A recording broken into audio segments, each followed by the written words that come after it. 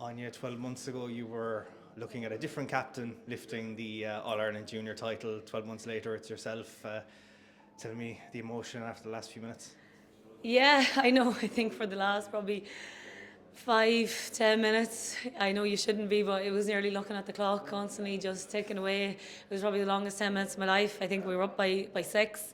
In the end, only won by three. They were crawling back, and in the last 20 seconds, they were well capable of coming to get a goal. But luckily, even when I was coming off, I wasn't even able to look at the last three. So look, I think it's just the joy and happiness that I'm feeling at the minute is, completely different to the disappointment of last year, and it just shows you like the winning and losing and the emotion involved in it. Because I know the last couple of seconds you spent it on the sideline after picking up the yellow card. It was last ditch defending there at the end. It was just trying to do everything to try and get over that line, and then that save that Rebecca made, like that's the winning and losing of a game, even though it would have sent it to a potential replay after, if with the way the time had gone. But geez, I don't know what way you could sum up those last few seconds and where you had seen it. Yeah, I like she had the pace on me definitely, and I just thought take her down, take her down. That was my only thought in my mind. I was like, if they get a point, there's only 20 seconds left. We can get a kick away in the last 20 seconds. But that was my only thought. And like, even at that, even if she did get away, you had Rebecca there to back you up. And even though there was the penalty in the first minute of the game, that never gets to Rebecca, and she's a phenomenal goalie, and she's a brilliant person to have there. And I think just the defending, like Emer, Ailish, Rachel and the full back line, like, were absolutely exceptional. And look, having those girls backing you up, constantly supporting you, you just couldn't be prouder of the team from start to finish. Just on terms of that goal, I know 12 months ago Fermanagh got a goal in the first half fairly early on as well, not quite as early as the one that we saw today, but they went in at the break leading last year. This year you went in, got those couple of late points, putting you in just narrowly ahead.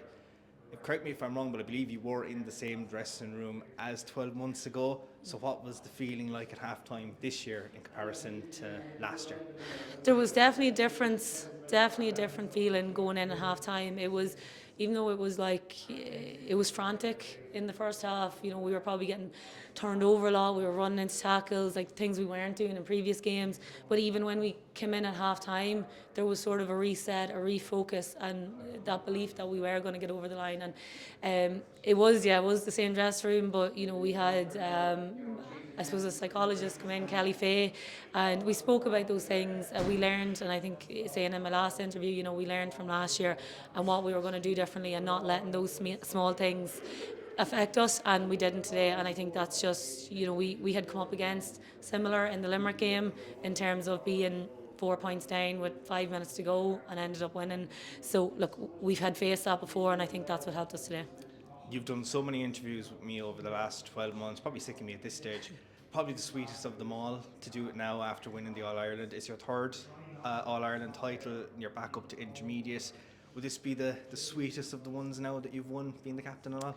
Yeah. I think there's always a difference when you're captain and you're leading the team out. Look, I've always enjoyed playing with Louth, regardless of any final that we play in. It's enjoyable. Today is, I suppose, just that kind of reassurance of what we had talked about over the last year, knowing that we were capable of getting over the line.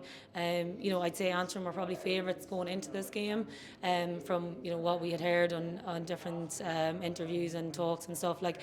But again, we didn't let probably yours in particular.